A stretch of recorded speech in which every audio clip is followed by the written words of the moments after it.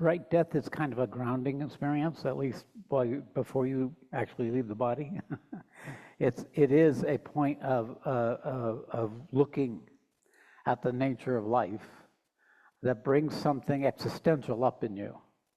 I knew this when I would do all my adventures. I knew that when I was on the edge of not knowing if tomorrow I could survive, I was more alive, I was more in touch, I was more real, even though I was in the holocaust of whatever that circumstance might be within my own psychology.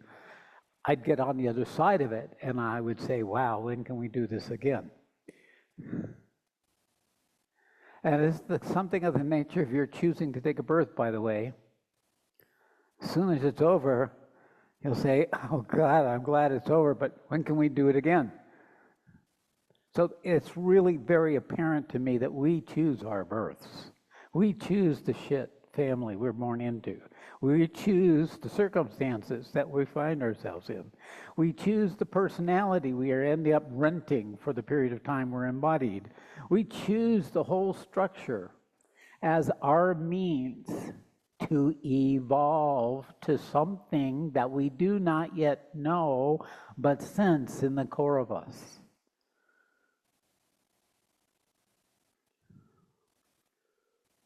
Your spiritual seeking, for most people, is to get out of Dodge, is to find those secret powers, those superpowers that can let you kind of retreat and withdraw from the world and not meet it in its full glorious anguish and misery.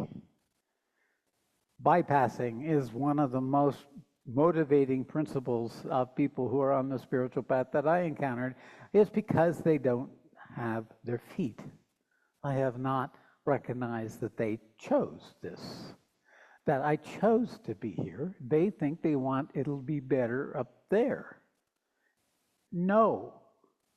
This is where it happens. This is where it matters. This is where what you are in truth can be revealed to you, so you could actually begin to recognize that you're a representative of archetypal principles that can only come into existence through us. All right, you guys have all heard this before, right? But I'm going to tell you that the Bhagavad Gita was pointing to this all along, and when I first started to address the quality of my spiritual awakening by going to India and immersing myself in that with absolute, total, unquestioning commitment, that I didn't get it. I thought it was me. It was my experience. I thought this was, I didn't know what it was, in fact. I didn't know what it was. I just knew it wasn't ending. I knew that everything I had read was just a glimpse of what it was in actuality. I didn't recognize the depths and the fullness of what it means to truly awaken and become a spiritual being in the body, in the body, in the body, not up there in the body. My teacher couldn't understand it. Why aren't you going up there? This is where I am. I didn't know, it's here. I would follow all his instructions and guidance, but for me, it was always in the body. So there wasn't a question of grounding, it was always in the body because I was a very practical person. Yeah, this is great, this is wonderful, but it doesn't last. And what can I do with it? How can it be translated into something useful? And I knew it wasn't for me to do that I had a purpose from the very beginning to do it for the world, because I knew it wasn't personal. It's like whatever state of consciousness Newton was in when an apple fell from the tree. I mean, apples fell from the tree forever. It was obviously the state of consciousness Newton was in, sitting under that tree, that had him say, huh? How come that apple falls? What is it that makes things fall? And open up the whole inquiry into the nature of gravity. So it is a quality of consciousness that allows us to perceive from a different place than what we've now become inhabited with, that came with our body. It's a very veiled condition. very diminished. Yet we chose it. We chose it on purpose to see we could conquer, we could master, we could come to the relationship of what it means to be truly embodied as a divine being and a human being.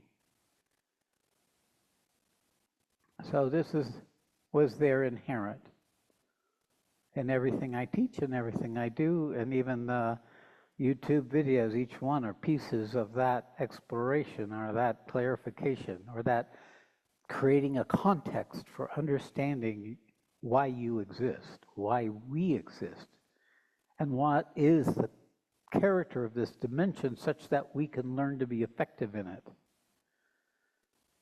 so we can master it, so we can bring something beyond this dimension into this dimension to further the possibility of humanity.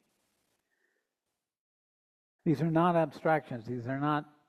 They're living demonstrations of what's possible when this kind of consciousness comes available to some form, some person who's capable of holding it. But they have indelible impact on the rest of a person's life, beyond having died and then come back. This is something of a different order because the quality of consciousness isn't derived by any subtle world or any outside thing. It's a recognition of the very fundamental core of the quality of the consciousness that made me a human being, made me a divine being.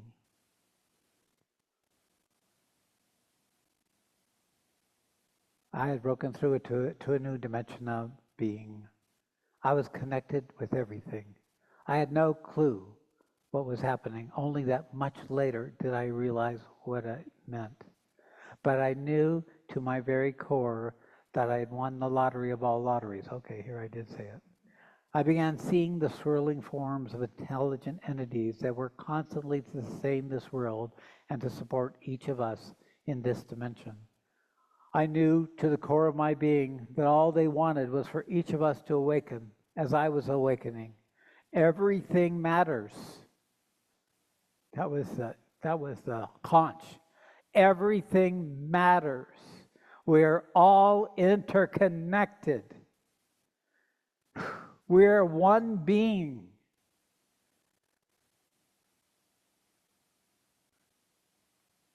Overwhelmed, humbled, and in awe. Also, there was so much more to this existence than our human lives than we could ever know. It was very clear to me that this experience was not about me deserving it. It had not come because of anything I had done or doing. Rather, it was something happening spontaneously. Now, at this point, I couldn't believe that this had anything to do with me. At this point, that wasn't the question. But within a few weeks, months, I should say, something more came. And I don't know if I'll get that far here, but we'll see. Somehow I knew it to be the result of a natural process that is the birthright of all of us. I could not see it as just my own. It is a process we will each experience in the course of our many lives, whether we know it or not. It will come. It will happen. It's inevitable. It may not happen while you're in a body. You may have to have left your body. But it will come in time. And you're a timeless being. So it'll take whatever time it takes. And what will make that difference is if you now in this life collaborates with this possibility. If you align your life as if it matters, as if it made a difference, because it does. Jesus Christ, listen to that. Whew.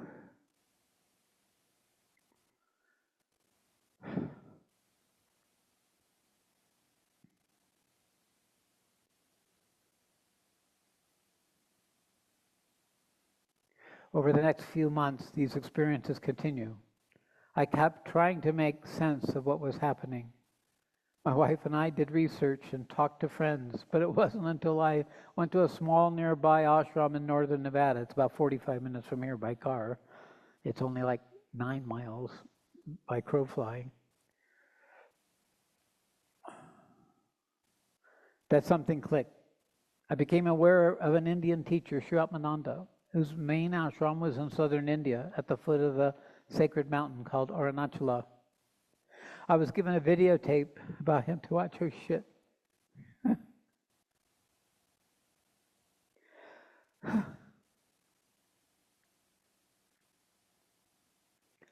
I bring existence into existence. As soon as the tape began to play, a deep recognition seized me. I knew that what I was seeing in Sri Atmananda was the culmination of what had started in me.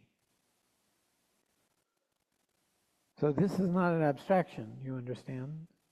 This is actually truth demonstrated in real time. It's also a demonstration of how we make real the past.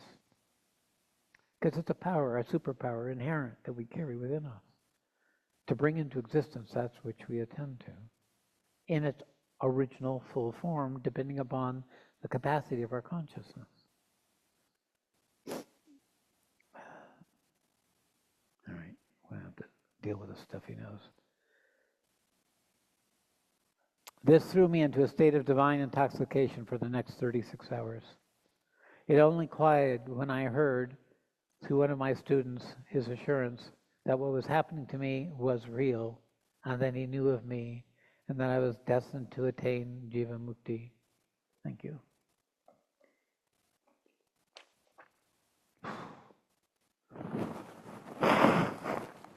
Sorry, you have to listen to that.